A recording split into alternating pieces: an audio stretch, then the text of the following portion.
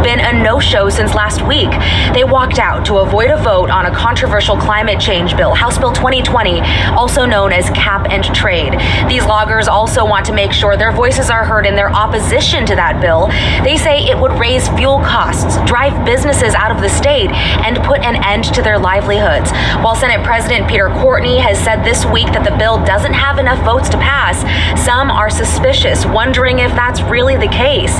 For now, we are on the road to the state fairgrounds in Salem where truckers are meeting up. Then their plan is to head to the Capitol for the rally at 9 a.m. As you can see from that video, that's just some good old boys trying to protect their livelihood from cap and trade back in 2020. A bunch of loggers, truck drivers got together and went down to protest at their capital peacefully about wanting their voices heard. Let's contrast that to 2020 and 2025. Let's talk, Art.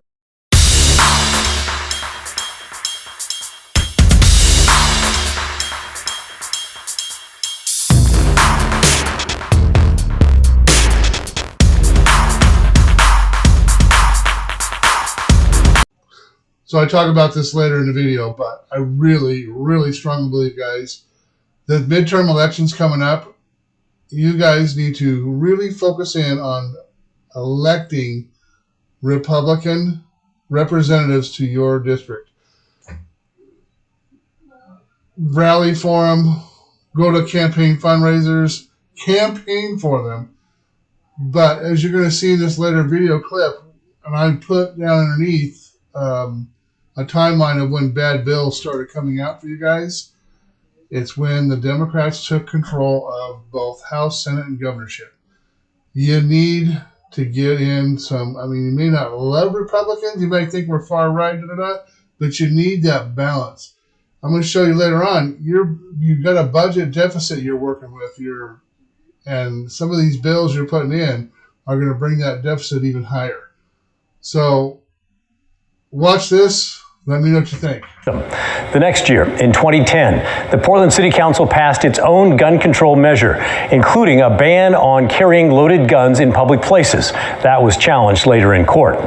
In 2012, a gunman opened fire at the Clackamas Town Center just outside of Portland, killing 2 people and injuring another. The year after that, the state Supreme Court ruled that Portland's ban on loaded guns in public places is constitutional. In 2014, 4 students were hurt in a shooting outside Rosemary Anderson High School in Portland. In 2015, Oregon lawmakers passed background checks for all private gun sales. That expanded on the ballot measure applying to gun shows and dealers that passed back in 2000. Also in 2015, a gunman shot and killed 9 people at Umpqua Community College in Roseburg. 8 others were hurt. In 2016, Governor Kate Brown signed an executive order directing Oregon State Police to maintain a database for gun sales. The next year, the state lawmakers passed a red flag law. That's the one that keeps guns away from people who are deemed at risk of harming themselves or others. In 2019, a student entered a classroom in Portland's Parkrose High School with a loaded gun. However, a security guard got the gun away from him and no one was hurt. Investigators said the teenager only planned on hurting himself. The same year, state lawmakers passed a bill to close the so-called boyfriend loophole. That takes guns away from people convicted of domestic abuse against an unmarried partner. And then last year, the legislature passed a safe storage gun law. It requires gun owners to keep their firearms locked up when they're not using them. It also lets schools ban people from bringing guns on campus, even if they have a permit to carry them. So what's happening with gun control now? A group just got enough signatures to get a new measure on the November ballot. Initiative Petition 17 requires permits to purchase guns and bans large capacity ammunition magazines. So the reason I included this video clip is just to kind of show you how year after year from 98 on, how fanatic the Democrats have gotten about taking away your rights. And I included a little screenshot down below it of who's controlling the House and Senate and the governorship. I grew up in Oregon. I can tell you it's always been a Democratic state. Always. Far back as I can remember. However, you can see there in the early years, up until about 2004, a lot of times you had a House majority. Quite a bit of the time, for like almost 10 years, the Republicans held the House. That balanced Oregon's Democratic, I wish I could find a better word for this. I'm going to get back to it. But that balanced out the stupidity of the Democrats in Oregon. Having one of the chambers being controlled by Republicans gave Oregon a little bit of stability. Once that majority got knocked out and you saw mostly a Democratic-run state, well, let's think back to what measures have come out and what things have come out of your state since then.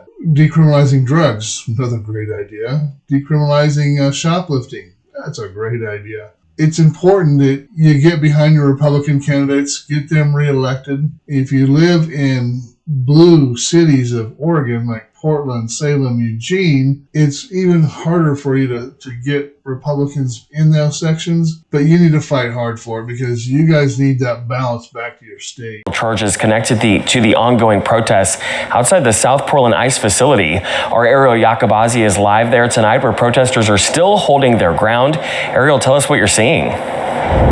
Well, Anthony, a much smaller group than what we've been seeing over the last few weeks. We're going 3 weeks strong now. If you